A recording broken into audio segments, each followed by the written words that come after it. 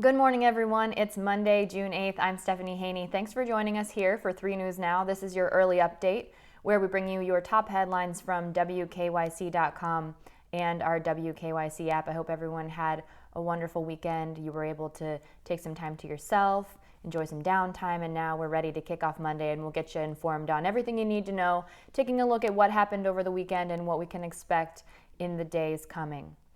We start off with some tough news for a Cleveland legend, Dick Goddard. Dick Goddard's daughter says that he has been confirmed to have a case of COVID-19. His daughter, Kimberly Goddard, wrote that on Facebook this morning, saying that her precious father has COVID. This is just a few weeks after she asked for prayers for the iconic weather forecaster who served for decades in the greater Cleveland area. Back on May 13th, Kimberly Goddard wrote in an emotional post that her dad was dying and that she would be off social media. Then, 11 days later, she wrote that he had taken a turn for the worse, before updating people that he'd been actually moved out of the ICU. And now, on Facebook, she is saying that he does have COVID-19. Dick Goddard first appeared on WKYC back in 1960. That was when it was known as KYW, and at that time he was on Lynn Sheldon's Barnaby Show. He retired in November of 2016, not very long ago at all, from WJW, and he holds the Guinness World Record for the longest career as a weather forecaster, and he spent 51 years and 6 days forecasting the weather. So we will be thinking of the Goddard family and hoping that Dick Goddard makes a full recovery from what apparently is a bout that he's currently having with COVID-19. Let's take a look at the number of cases that have been reported over the weekend here in the state of Ohio. The total number of cases dating all the way back to March 9th, this is as of 2 p.m. yesterday on Sunday, June 7th, is now 38,476. That's both positive tests and probable cases of COVID-19 under that expanded CDC definition. On Sunday, we saw 365 new cases reported. That's up from 353 on Saturday. The total number of deaths related to COVID-19 here in Ohio as of 2 p.m. on Sunday is now 2,377. That's with 7 new deaths reported on Sunday. The total number of hospitalizations that we've seen here, again dating all the way back to March 9th, is now 6,497, with 37 new hospitalizations reported on Sunday. And the number of patients who are currently in the hospital related to COVID-19, this is as of Sunday, is 628. That's a decrease of 43 known active hospitalizations as people get admitted, move out. The total number is down 43 from Saturday. The total number of ICU admissions dating all the way back to March 9th is now 1,657, with 7 new ICU admissions reported on Sunday. The number of people who are currently in the ICU related to COVID-19 is now 240. That's also a decrease. That's down 16 from the number of known ICU cases that were reported on Saturday as people get admitted, get discharged. So the total number of ICU patients now, according to the Ohio Department of Health, is 240. The reason we look at these numbers is because what we're looking for is a 2-week consistent downtrend on these numbers when we look at number of new cases, number of new reported deaths, hospitalizations, and ICU admissions. And that's because medical experts have said that that's what we need to see in order to be able to identify a downward trend so that we can focus more on reopening and getting things back to the way they were prior to learning of COVID-19 being present here in Ohio and across the country. So this is a significant week because we are now 2 weeks out from Memorial Day, many gatherings where people were getting together. We're also a little over 2 weeks out from indoor dining reopening in Ohio. That opened on May 21st. We're a week out from demonstrations that occurred over the death of George Floyd, the man who was killed by a Minneapolis police officer who kneeled on his neck for almost 9 minutes. So when we think about this and these people who have been getting together and gathering, we know that there is a 14-day incubation period for COVID-19. So that's what we're going to be taking a look at in the coming weeks. It's going to be very important for us to keep a track on these numbers. So that's what we are going to do here. Here in Ohio, There are more reopenings happening this month. We took a look at last Monday, banquet halls and daycare centers being able to reopen. So many businesses are now putting together plans as those additional businesses are now able to reopen. Now keep in mind, just because businesses can reopen doesn't mean that they will, doesn't mean that they are necessarily ready to reopen. So here are some of the things that we can expect to be able to reopen here in Ohio. Today, outdoor visitations at assisted living facilities are now permitted, which is a very big deal for many people who have been missing seeing their family and loved ones. So that is expected to be happening today. On Wednesday, June 10th, there is a laundry list of things that are permitted to reopen. We're going to run them down for you very quickly. We also have these listed on WKYC.com and in our WKYC app, by the way, and we have a really nice graphic on our Instagram page if you want to check that out. But I'm going to run them down for you right now. Aquariums, art galleries, country clubs, ice skating rinks, indoor facility entertainment centers, indoor sports facilities, laser tag facilities, indoor movie theaters, museums. The Cleveland Museum of Art specifically has submitted plans to reopen on June 30th, so it's going to be a little bit more for that one, but permitted to reopen today. Outdoor playgrounds, public recreation centers, roller skating rinks, social clubs, trampoline parks, and zoos. The Cleveland Metro Parks announced publicly they plan to reopen on June 17th, so they're going to want another week. Now, those things that we just mentioned, those are permitted to reopen on Wednesday, June 10th. And something that a lot of you have been wondering about, it is going to be Friday, June 19th when those casinos and racinos are permitted to reopen, as well as amusement parks and water parks.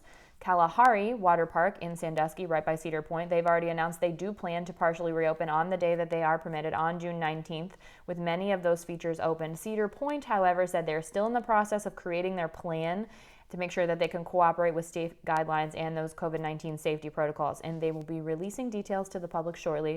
Of course, as soon as we have that information from Cedar Point, we will make sure to get that to you. Now, this comes after last week, Kings Island filed a lawsuit against Dr. Amy Acton, similarly to a lawsuit that was filed by gym and fitness facility owners, saying that they wanted to be able to reopen immediately. So the response there was, it was announced then within a day or so that they would be able to reopen on June 19th. Kings Island, of course, if you weren't aware, is owned by Cedar Fair, which is the same company that owns Cedar Point in Sandusky. Over the weekend, talking about those gatherings that have taken place, there were peaceful protests in the greater Cleveland area, in the Northeast Ohio area. And one of the things that was being mentioned at those protests was the killing of Desmond Franklin. He was killed by an off-duty police officer in Cleveland back in April. Desmond Franklin, who was 22, was fatally shot by off-duty officer Jose Garcia. This was back on April 9th, and it was near Riverside Cemetery on the west side of Cleveland. According to reports, Franklin was shot by Garcia as they drove side by side on Pearl Road. This is near Riverside Cemetery. Garcia said that Franklin threatened to shoot him. He was not wearing his uniform. He was not driving a police vehicle. Cleveland police did release very little details after this incident, and it is unclear if a gun was found in or around the car that Franklin was driving. However, one of Franklin's attorneys has said that they've reviewed surveillance video of the incident, and there's nothing in the video that shows Franklin with a gun or threatening the officer. One of Franklin's siblings said that he leaves behind 4 kids, with his youngest being 3 years old. The family saying there is no reason that he should have been shot and killed by the officer, so that was a topic of protests here in the Cleveland area. Now, since the incident, Cuyahoga County has hired a special prosecutor to handle investigating the shooting, and Officer Garcia was placed on leave pending the results of that investigation. As people continue to mourn the loss of George Floyd, the man whose death has sparked this national movement, his body arrived in Houston on Saturday night, and that was requested that it remain private by his family. That is where he is expected to be buried. George Floyd grew up in Houston's 3rd Ward in a red brick apartment, and that was a part of a public housing project called CUNY Homes.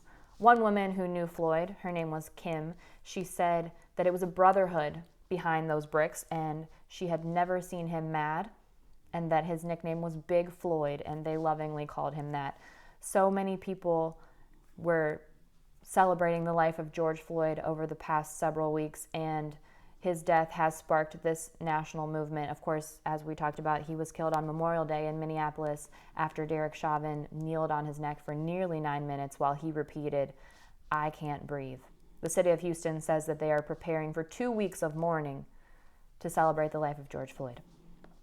In Minneapolis, the city council is moving to disband police. So this follows a movement that we've seen in many major cities to defund police, which is different. So let's talk a little bit about this movement to defund police so that everybody understands the terminology, because quite frankly, it is a little bit confusing. So if you take a look, for example, at cities like Los Angeles, when people are calling to defund police in those areas, what they don't mean is to completely remove all budget for police and to disband the police, which is different than what is happening right now in Minneapolis. So when you see a movement to defund the police, what that's referring to is reallocating funding from police, not necessarily all of that funding, but a significant portion of that funding, and then taking that money and allocating it to other social services, other community resources that people are feeling now might be a better use of that funding in order to bolster the community and take some of that funding away from the police.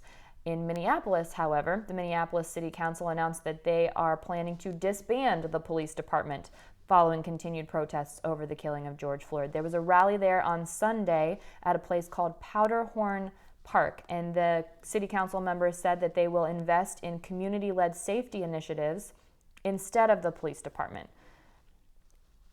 The city council in Minneapolis has a veto-proof majority, by the way, in order to make this happen. So here's what one city council member said. They said, "Our commitment is to end our city's toxic relationship with the Minneapolis Police Department, to end policing as we know it, and to recreate systems of public safety that actually keep us safe." Now, many institutions in Minneapolis have already backed away from arrangements that they have with Minneapolis police.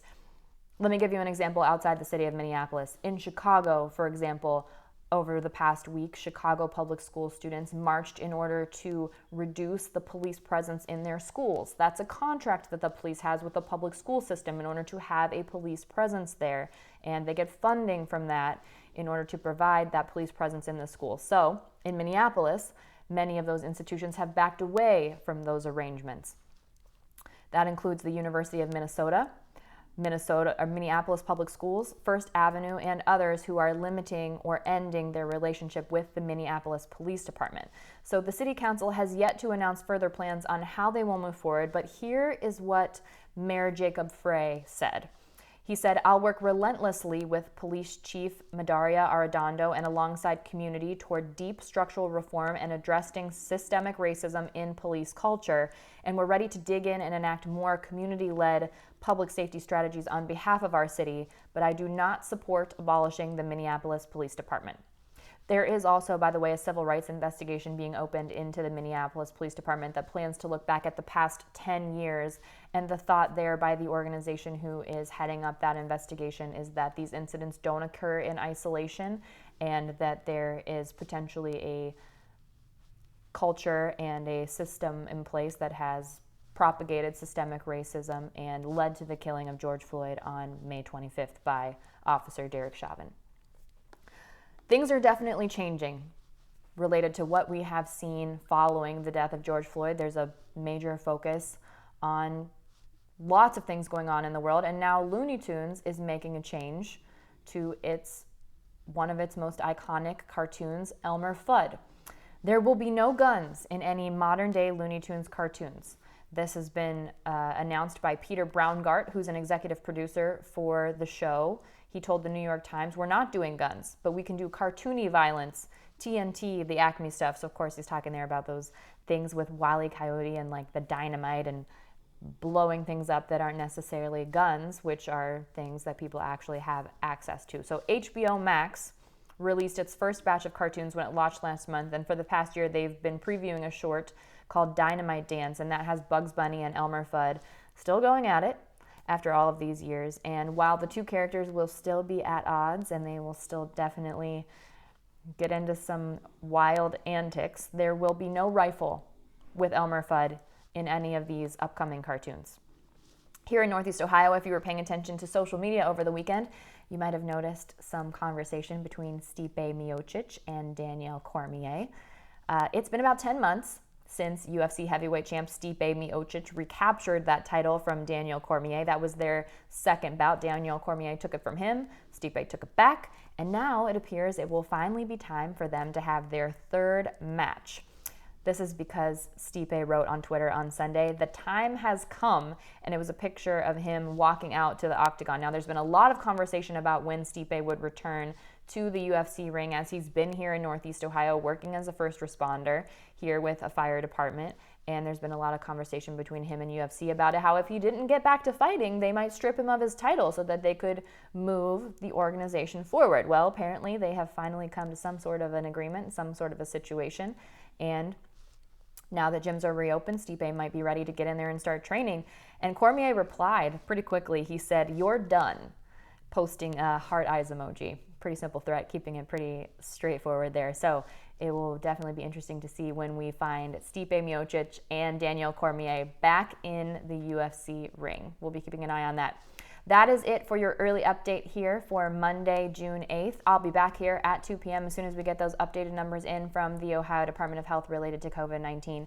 Everyone, enjoy the rest of your morning. Have a great early afternoon, and I will see you back here in just a little bit. I'm Stephanie Haney.